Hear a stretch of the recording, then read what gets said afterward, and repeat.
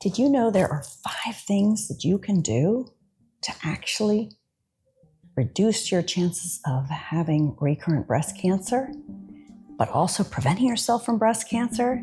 And if you happen to have liver failure, it would improve that. If you happen to have diabetes, it would improve that. If you happen to have heart disease, it would improve that. Well, hang in there and let's see what they are.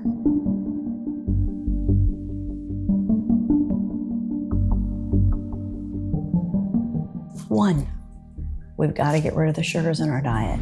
Now, everybody says that. You got to get rid of sugars. You got to get rid of starches. You got to eat more vegetables. Why is that?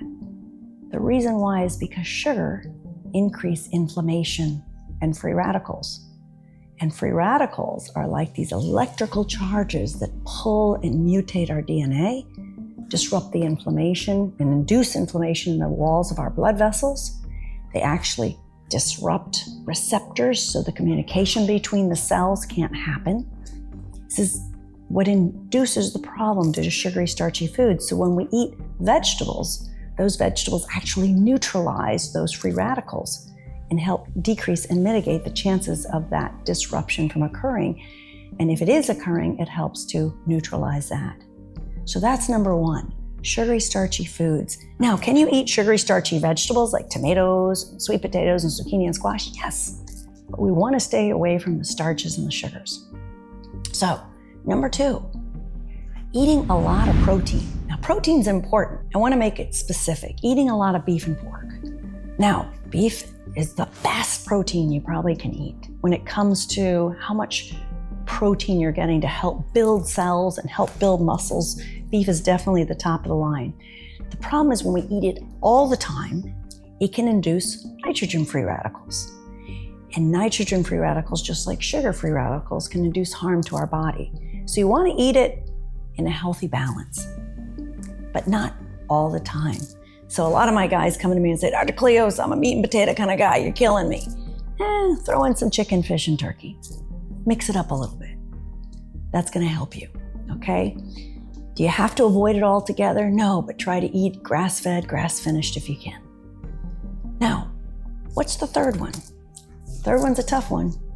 A tough one for my guys. Some of my gals is avoiding alcohol and avoid smoking. Smoking induces free radicals, narrowed blood vessels, and if your immune system can't fight for you, to fight and increase circulation to help blood supply and get rid of those cancer cells, or increase blood supply to carry oxygen to your heart and to your brain and improve the flow of blood in the liver, it's gonna make it hard for them to heal. So you gotta get rid of smoking. And I know people like the marijuana, but it's not your friend. The other thing is the alcohol. The actuality is alcohol is a thing that brings about laughter sometimes with people. And it can raise dopamine, which is a very healthy neurotransmitter, make us laughing and happy. But 1 glass of whatever becomes 2, 3, and 4. And a woman who drinks alcohol every night increases her risk for breast cancer. So while we're going through diseases like breast cancer, like liver disease, like heart disease, like kidney disease, like issues going on with our brain, memory, Parkinson's, we really want to get rid of the chronic use of alcohol. Just save it for the celebrations. And we definitely need to get rid of the smoking. Now, one of these things, the 4th thing, is understanding omega-3 fatty acids and omega-6 fatty acids. Those are essential fatty acids. They're essential because our body doesn't make them.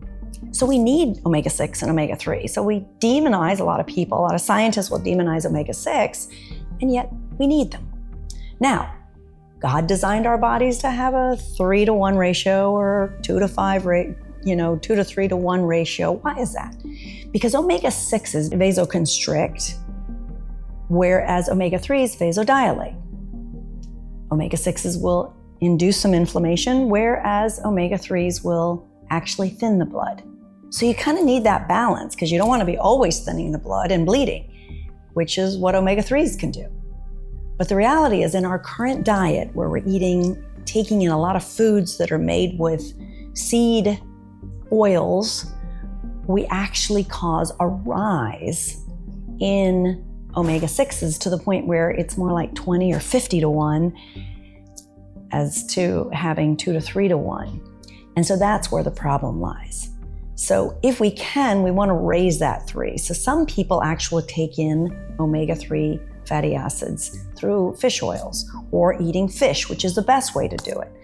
So very important to understand that ratio. And remember, when you can, cook with olive oil, because you're going to get less of an extreme ratio than some of the other seed oils. Just remember that when you cook with olive oil, it should be low and medium temperatures to saute and not over 400. That's when olive oil is a problem. But cooking with olive oil is a very good oil. We've done it for hundreds of thousands of years. So the last of the 5 important things to do to change your life is actually avoiding chemicals like pesticides. Dry cleaning isn't that good for you, so try to dry clean as little as possible. If you buy clothes that actually have dry cleaning needs, try to air dry them rather than dry cleaning them.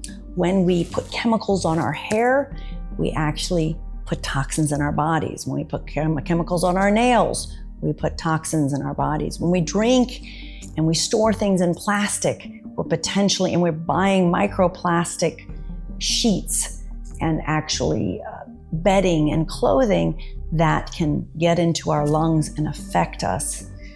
It is very important to consider water filters like the Zero filter that will take out the microplastics from your foods, as well as other things as well. Remember, Teflon pans, best not to use those, because if there's a tiny scrape, you're going to subject yourself to the risk of those toxins. Remember, if you're gardening and you enjoy the yard and the garden, it's better to use natural pesticides rather than chemical pesticides. Remember, keep the cell phone away from your head. It's hard not to use them, but they're very harmful to you. Remember some of the hair detergents and the chemicals we put on our hairs, as we mentioned before. So as much natural products that you can do and staying away from the chemicals, even cleaning your house, use lemon and actually vinegar. Those are going to be healthy agents for you to wash in.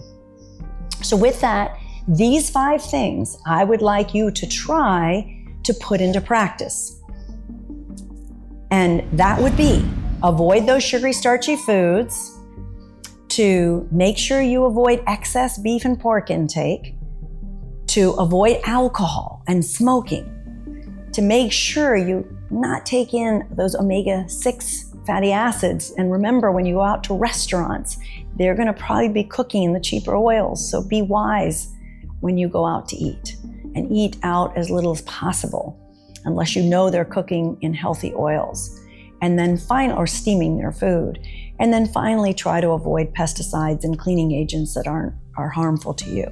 And with that, I pray that you can partake in those activities that will prevent you from your disease states and improve, if you are suffering from something, that will improve your health. And have a wonderful day. Please hit if this was helpful to you, and subscribe so that we can provide more wonderful educational videos for you. Have a wonderful day, and God bless you. Bye-bye now.